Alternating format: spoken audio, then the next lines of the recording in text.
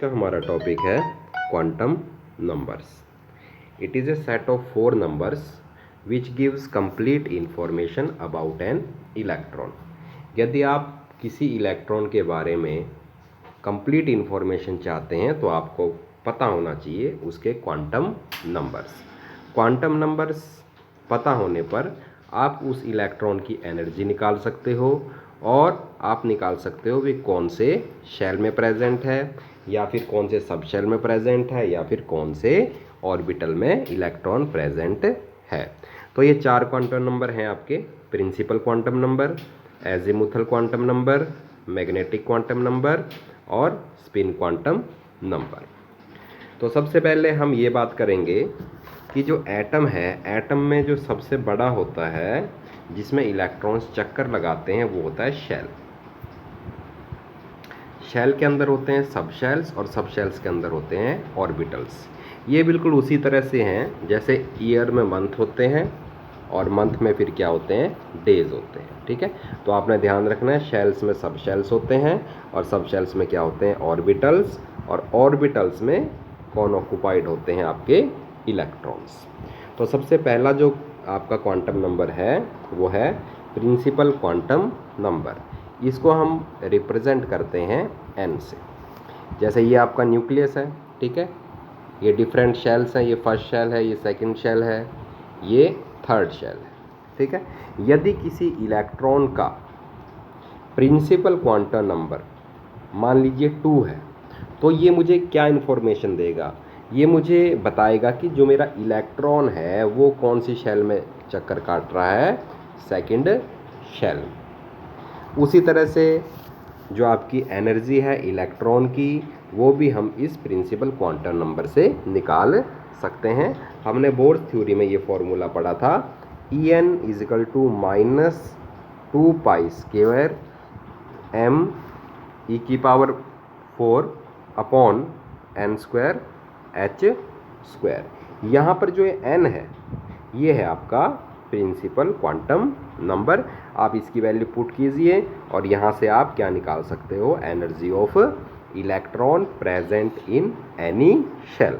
तो principal quantum number आपको ये बताएगा कि आपका जो इलेक्ट्रॉन है वो कौन से शेल में चक्कर काट रहा है और उसकी एनर्जी कितनी है।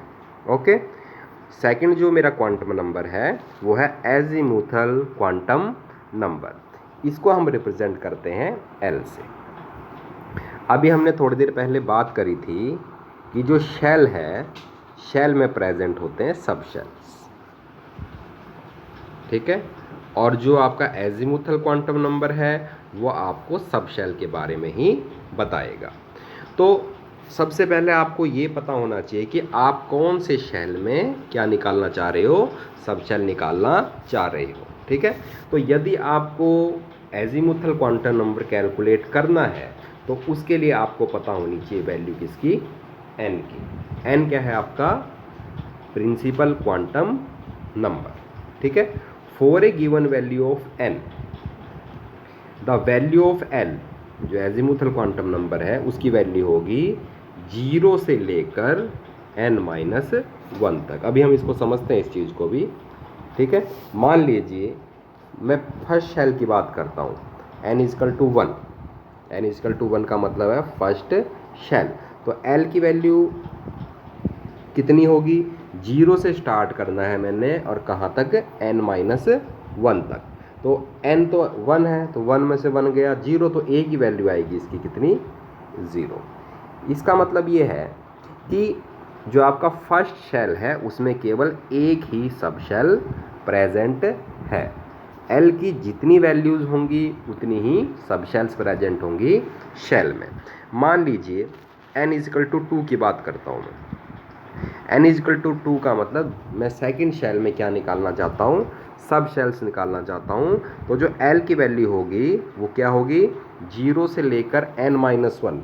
n-1 का मतलब 2 - 1 तक मुझे वैल्यूज़ दिखनी पड़ेंगी 0 से। तो यहाँ पर 2 वैल्यूज़ होंगी, 0 और 1। तो यहाँ पर 2 वैल्यूज़ आई हैं, तो इसका मतलब जो सेकंड शेल है उसमें कितनी सब शेल प्रेजेंट हैं, 2 सब शेल। ओके, अगर मैं n की वैल्यू 3 रखूँ, 3 का मतलब मैं थर्ड शेल में नंबर ऑफ सब शेल्स निकालना चाहता हूँ, तो एल की वैल्यू उसी तरह से 0 से स्टार्ट होंगे और कहाँ तक जाएगी, n-1। n-1 का मतलब 3 - 1 = 2, तो 0 1 2। तो देखिए कितनी वैल्यूज़ आई हैं, यहाँ पे 3 वैल्यूज़ आई हैं, तो 3 वैल्यूज़ आई हैं तो सब शेल्स भी कितने होंगे, इसमें 3 होंगे। ओके, फोर्थ वाले में उसी तरह से 4 सब शेल होंगे, फिफ्थ वाले में 5 सब शेल्स होंगे।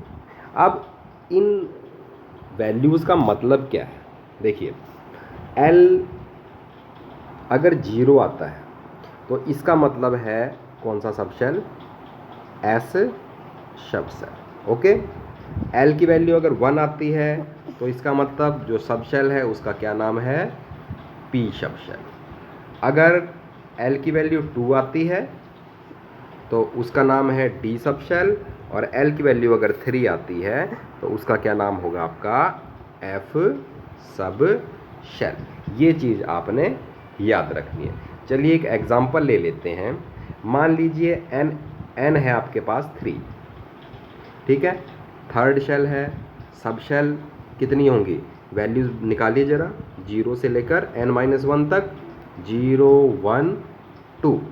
अगर L की वैल्यू 1 है, 0 है सॉरी, तो कौन सा सब शेल है, S। ओके, अगर 1 है L की वैल्यू, अभी हमने पीछे ही किया था, तो कौन सा सब शेल है, P। और अगर 2 है वैल्यू L की, तो इसका मतलब कौन सा सब शेल है आपका, D सब शेल है। तो इसका मतलब थर्ड शेल में 3 सब शेल हैं, कौन कौन से, 3S 3P और 3D।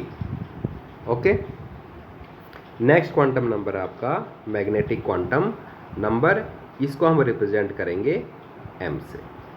ये क्या बताएगा कि एक सब शेल में कितने ऑर्बिटल्स प्रेजेंट हैं। ओके, तो सब शेल में कितने ऑर्बिटल प्रेजेंट हैं, तो ऑर्बिटल निकालने के लिए सब शेल की वैल्यू पता होनी चाहिए, और सब शेल को हम किससे रिप्रेजेंट करते हैं, L से।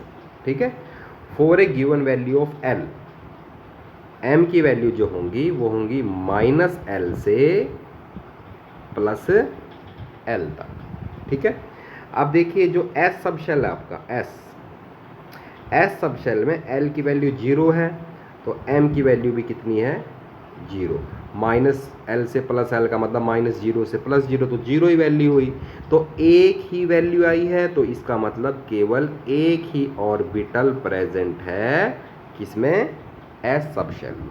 ठीक है, अगर मैं P सब शेल की बात करूं, P, L की वैल्यू कितनी होगी, 1, तो M की वैल्यू कितनी होगी, -L से +L, तो -1 0 और +1, सॉरी +1। तो देखिए कितनी वैल्यूज़ आई हैं, 3 वैल्यूज़ आई हैं, तो इसका मतलब P में कितने ऑर्बिटल प्रेजेंट हैं, 3 ऑर्बिटल्स।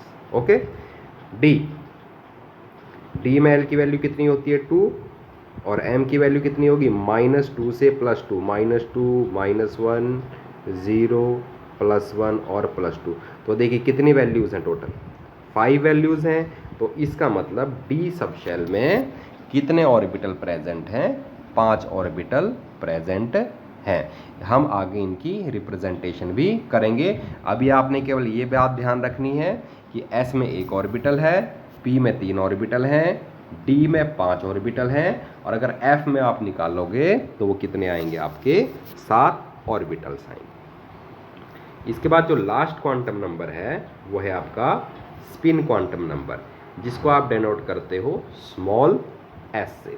तो ये बताएगा आपको spin, SPIN, spin off electron. ठीक है, कि ये क्लॉकवाइज है या एंटी क्लॉकवाइज। जैसे आपकी अर्थ है, अर्थ ये मान लो एक्सिस अर्थ की, ठीक है, तो अपने एक्सिस के चारों ओर ये ऐसे घूमती है। ठीक है, तो उसी तरह से जो इलेक्ट्रॉन है वो भी अपनी एक्सिस के चारों ओर घूमता है। ठीक है, वो क्लॉकवाइज भी हो सकता है, ये क्लॉकवाइज है,